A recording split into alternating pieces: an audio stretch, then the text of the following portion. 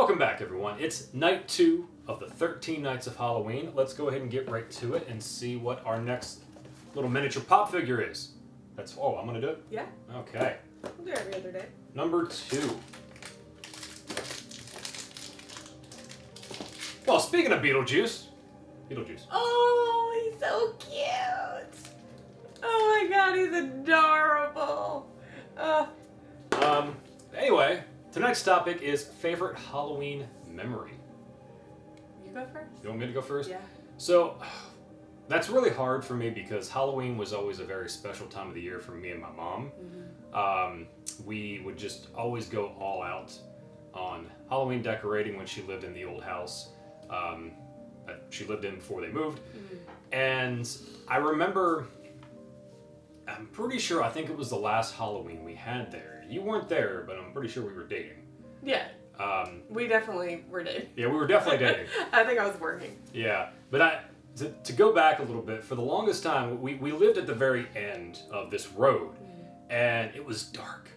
So when Halloween came around, it was so great. There was a lot of like atmospheric things I could do with like black lights and fog machines and like strobe lights and all this kind of stuff. It was the perfect house for Halloween. Yeah, and then one day the freaking end of the road fucking light just started working, destroyed everything. I think they came in and repaired it. Yeah. It took them 5 fucking years to do it, but you know, whatever. So at that point, it sucked because like our whole yard was just lit up.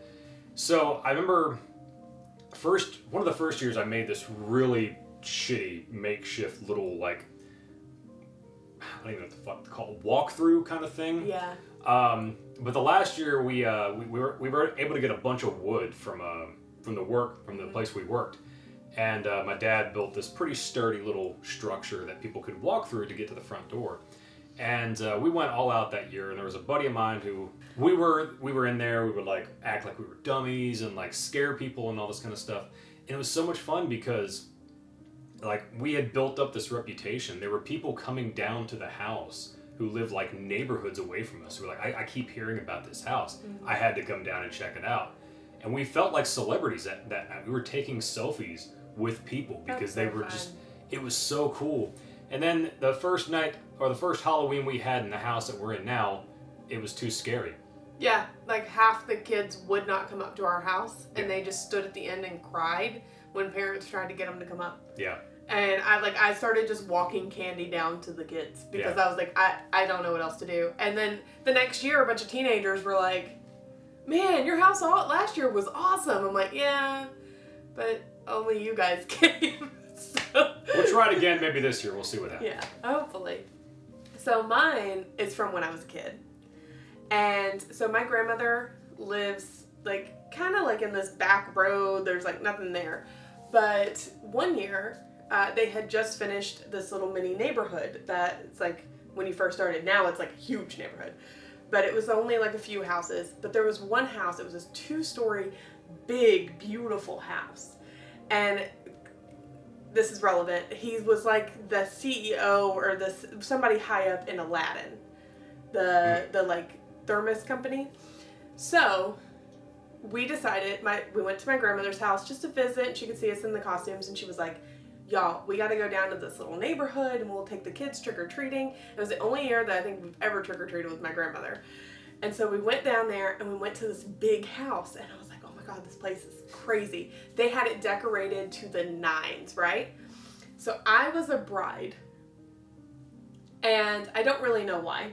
We walk up to the house, and the woman answers the door, and she was like, oh my God, you guys look so cute. And so all of us got Aladdin thermoses full of candy. Damn. Yeah. And while we were standing there, she was like handing me the thermos, and my brother was already opening his and looking, and we were like, this is so cool. And she was like, oh my gosh, you're a bride. Honey, we finally found a bride for you. And comes out of the casket. A casket opens in the yard, and her son, who's like a teenager, comes out and just starts walking towards me. And I just lost my shit. I was crying and screaming. He was like, I'm sorry, it's okay. He started feeling bad. Like, he thought it was funny, but he just like started feeling bad the closer he got. It was like the scariest thing for me. Yeah, I used to hide in a coffin too in my parents' Yeah. house. But... Those are the best. I'm not gonna lie.